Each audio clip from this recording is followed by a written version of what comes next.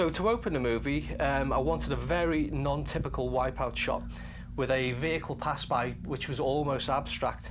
So if you're a long-time fan of the series and think back to the original backstory for Wipeout, it's also a metaphor for a particular moment in the life of Pierre Belmondo, the creator of anti-gravity technology. Wipeout 2048 is all about going back to where it began, so we thought it'd be really cool to include some visual references like this one that are metaphors to emphasise that point.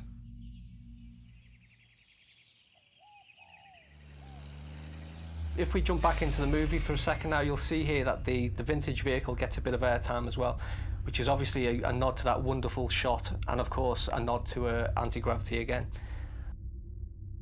One of the main points of the intro is primarily to show you how the sport of automobile racing has evolved in the world that Wipeout takes place in, to where we begin in 2048.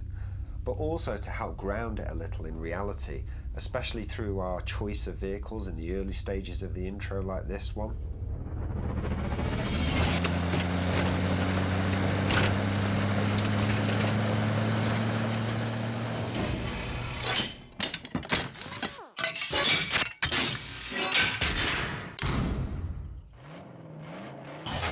The next transition takes us to an intermediate stage. We call this shot Blueprint.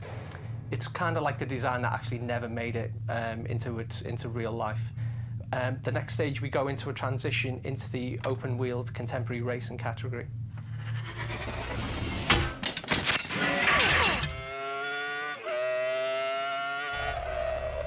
Again, these are really cool annotated visual transitions, are just another way to show you how the sport of motor racing evolved over the years, eventually settling on Formula One style racing, which is right where we are now in 2012.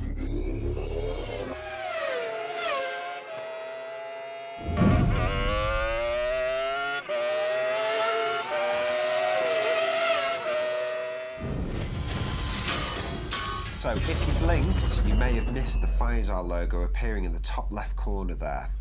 If you know your Wipeout history, then you'll know that Pfizer is one of the longest running teams in the sport.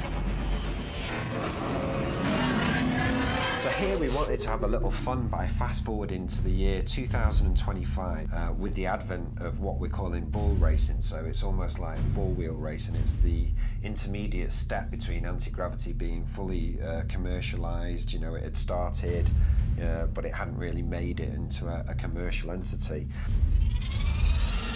You'll see in this sequence that the vehicles actually drive up the side of the wall.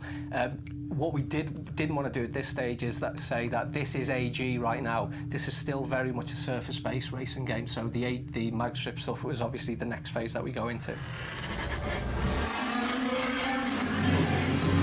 Okay, and now the money shot, the Pfizer Speed AG Racer, where we arrive on the starting grid in 2048 for the birth of the Anti-Gravity Racing Championships and a quick glimpse of Nova State City. For the final shot, I really didn't want to give too much away here, but I did want to show how beautiful this city was, but at the same time, it is still very much a city that you recognise.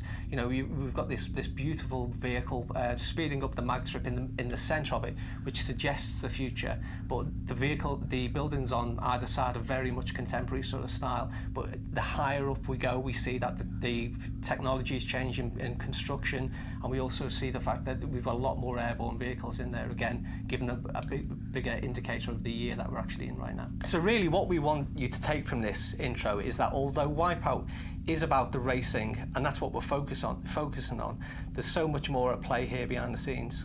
Absolutely, you know, I think the world it takes place in is vast, and you know, we all feel it has such a richly detailed history, and we feel really that we're only just scratching the surface by going back to where it all began, particularly with Wipeout 2048. And with that in mind, watch this space, you know, maybe there's possibilities in the future for where we could explore further.